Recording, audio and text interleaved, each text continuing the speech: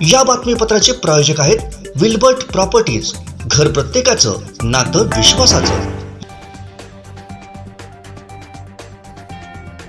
उद्धव ठाकरे असोत किंवा आदित्य ठाकरे, आम्ही वैचारिक विरोधक आहोत, मात्र आमच्यात कसलंही शत्रुत्व नाही। अलीकडे शत्रुत्व पाहायला मिळतं ते संपायला लागेल, असं सूचक वक्तव्य उपमुख्यमंत्री देवेंद्र फडणवीस यांनी केलं।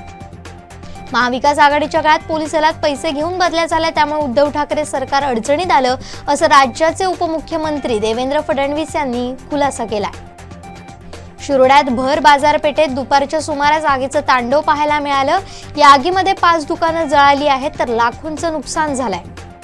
55 लाख किमतीचा फायर फायटर सावंतवाडी नगर परिषदेमध्ये दाखल झालाय। यावरून आता सेना भाजपात श्रेयवाद रंगलाय। कुडाळ पोलीस ठाण्याच्या आवारात व्यापाऱ्यावर प्राणघातक हल्ला करणाऱ्या चंदूलाल पटेल या संशयित आरोपीची सशर्त जामिनावर मुक्तता करण्यात आली आहे। पळसम गावठणवाडी येथील जयंत पुजारी यांच्या बागेला लागलेल्या आगीत त्यांची 9 कलमं जळून खाक झाली आहेत। ही आग विद्युत जनित्रातून झालेल्या शॉर्ट सर्किटमुळे लागल्याचं ग्रामस्थांचं म्हणणं आहे।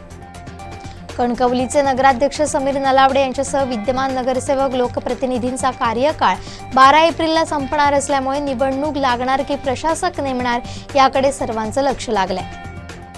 आचरात जामडुल येथील समीर परशुराम आचरेकर या 35 वर्षीय तरुणाचा मृतदेह घरातील देवघर खोलीत लाकडी बाराला नायलॉन दोरीनं गळफास लावलेल्या स्थितीत आढळून आलाय। देवगड बंदरातील विद्या गणपत या मच्छीमारी नौकेवर एकनाथ पांडुरंग शिवगण हा खलासी म्हणून कामाला होता। तो 22 फेब्रुवारीला बेपत्ता झाल्याची तक्रार करण्यात आली होती, तर 23 फेब्रुवारीला त्याचा मृतदेह देवगड खाडीत मिळाला। पुणे येथील जयलक्ष्मी पंडित ही महिला महाड छबिना उत्सवासाठी गेली असता तिच्या पर्समधील दागिने चोरून नेल्याची घटना घडली आहे। यात 32,000चे दागिने चोरीला गेले। ढालखाटी करवली इथं कार्पेटच्या सहाय्यानं गळफास घेऊन विठ्ठल जाधव यांनी आत्महत्या केल्याची घटना घडली आहे। त्यांना दारूचं अतिव्यसन होतं। नगरोली इंदापूर येथील अजय मोऱ्यांना फार्म हाऊस शेजारी 9 फुटी मगर नायलॉनच्या रस्सीमध्ये अडकलेली दिसून आली। सह्याद्री वन्यजीव संस्थेचे सागर दहिंबेकर यांनी जीवदान दिलं।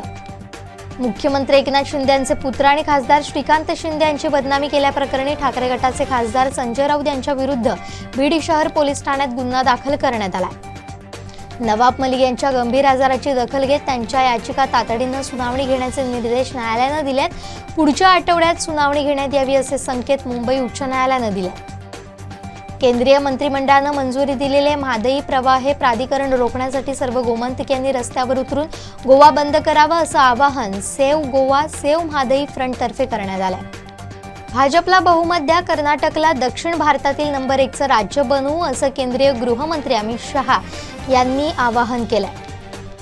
कोल्हापुरातील कणेरी मठ येथील देशी गायींना शिळं अन्न खाऊ घातल्यानं तब्बल 50 ते 54 गायींचा मृत्यू झाल्याची धक्कादायक घटना घडली आहे। या घटनेत तब्बल 30 गायींची स्थिती अजूनही गंभीर आहे। मुख्यमंत्री एकनाथ शिंदे यांच्या रॅलीमध्ये 50 खोके एकदम ओकेचे नारे राष्ट्रवादीच्या महिला कार्यकर्त्यांकडून देण्यात आले। कसबा पोटनिवडणुकीच्या पार्श्वभूमीवर मुख्यमंत्र्यांची प्रचार रॅली होती। पोटनिवडणुकीच्या पार्श्वभूमीवर चिंचवडमध्ये 14 लाखांची अधिकची रक्कम देणारी कार जप्त करण्यात आली आहे, त्यामुळे खळबळ उडाली आहे। आता थेट नाना पटोलेंना प्रदेशाध्यक्ष पदावरून हटवा आणि शिवाजीराव मोघेंना अध्यक्ष करा अशी मागणीच विदर्भातील 24 मोघे समर्थकांनी केली आहे। जितेंद्र आव्हाड यांच्याकडून अनंत करमुसे यांना झालेल्या मारहाण प्रकरणी सीबीआय चौकशी करण्याची मागणी या याचिकाकर्त्यानं केली होती। सर्वोच्च न्यायालयानं सीबीआय चौकशीची मागणी फेटाळून लावली।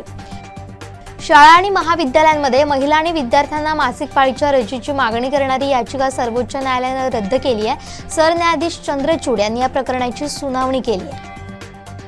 गुजरात विधानसभेला सभागृहाच्या इतिहासात पहिल्यांदाच विरोधी पक्षनेता नसेल, अपुऱ्या संख्याबळामुळे सभापती शंकर चौधरी यांनी काँग्रेसची पदासाठीची विनंती नाकारली आहे। इंग्लंडच्या हॅरी ब्रूकनं भारताचा माजी फलंदाज विनोद कांबळीचा जुना विक्रम मोडीत काढलाय। ब्रूकनं कारकिर्दीच्या सुरुवातीला 9 कसोटी डावात 800हून अधिक धावा केल्यात। अशा प्रकारे विक्रम करणारा ब्रूक पहिला खेळाडू ठरलाय। पाकिस्तानची निर्मिती पूर्णपणे तर्कविसंगत असल्याचा दावा प्रसिद्ध गीतकार जावेद अख्तर यांनी केला। संपूर्ण कोकणसह जगभरातील ताज्या घडामोडी सर्वात प्रथम पाहण्यासाठी कोकणचं नंबर 1 महा चॅनल कोकण कोकण 7 लाईव्हचं यूट्यूब चॅनल सबस्क्राईब करा आणि लेटेस्ट अपडेटसाठी बेल आयकॉन क्लिक करा.